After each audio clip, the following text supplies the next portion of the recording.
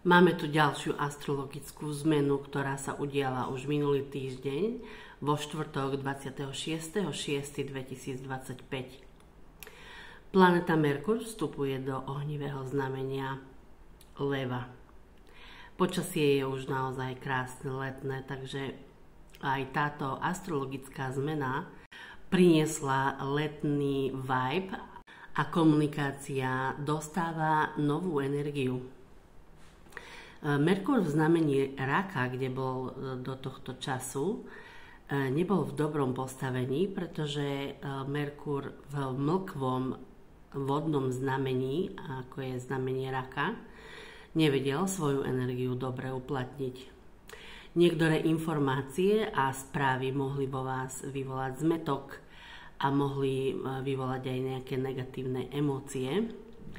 Mohli ste mať problém urobiť si vlastný názor a možno ste nechceli ani svoje myšlienky prezentovať navonok. V znamení Leva je však Merkur oveľa otvorenejší a vie veľmi jasne prejaviť svoje myšlienky. Takže Lev je vlastne znamenie, ktoré nemá rado skromnosť, je okázalé, miluje svoju osobu, náležite sa o ňu stará, dožičí jej to, čo potrebuje. A práve Merkur v znamení Leva robí to isté, ale robí to na tej úrovni komunikačnej. To znamená, že svoje myšlienky budete prezentovať jasne a zrozumiteľne. Ako by ste si zobrali megafón a poriadne doňho povedali, čo chcete. Takže komunikácia a myslenie bude práve okázalé, v hlavách sa vám budú rodiť veľkolepé plány, predstava úspechu a uznania bude oveľa viac lákať. Budete chcieť prejaviť svoju osobnosť a ukázať svoje kvality. V komunikácii nenecháte nikoho na pochybách a môžete byť aj viac asertívni a komunikačne agresívnejší. Takže v tomto čase, ktorý nás čaká, planéta Merkur je v znamení Leva nezvyčajne dlho. Zvyčajne sa zdržiava v jednom znamení 3 týždne, no v tomto prípade to bude viac ako 2 mesiace. Až do 2.9.2025 budeme pod touto energiou. Planéta Merkur sa stane v znamení Leva retrográdna. Tí, ktorí poznajú vplyvy astrologické a vedia, čo znamená retrográdnosť planéty, tak pre nich to nie je nič nezvyčajné. Ale planéta Merkur sa bude javiť zo Zeme, ako by sa vracala späť po svojej dráhe. Takže toto obdobie retrográdnosti nás čaká až od 18.7.2025 do 11.8.2025.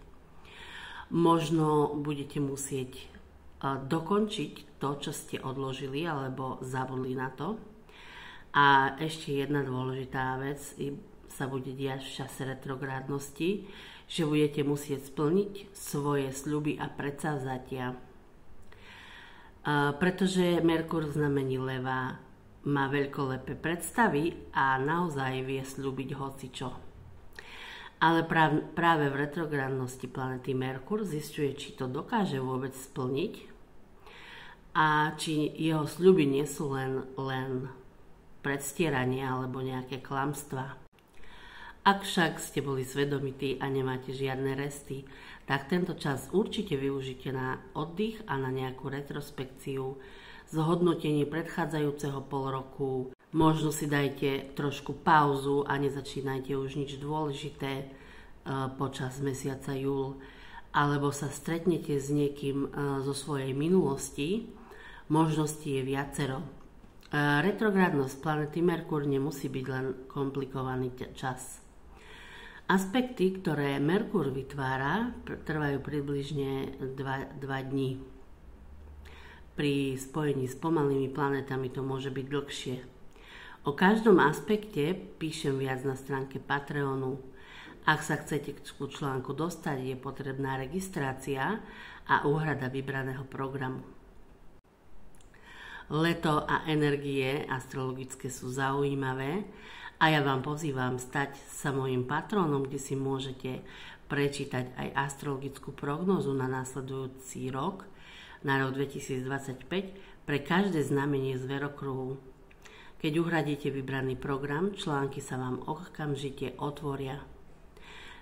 Je tam aj natočené video o tranzite planety Jupiter a aké aspekty vytvára až do konca roka 2025. V najbližších dňoch tam uverejním aj článok, kde si môžete prehľadne pozrieť, aké aspekty Jupiter vytvorí a aké vplyvy nás čakajú. Pre takéto videá ma ďalej sledujte. Ahojte.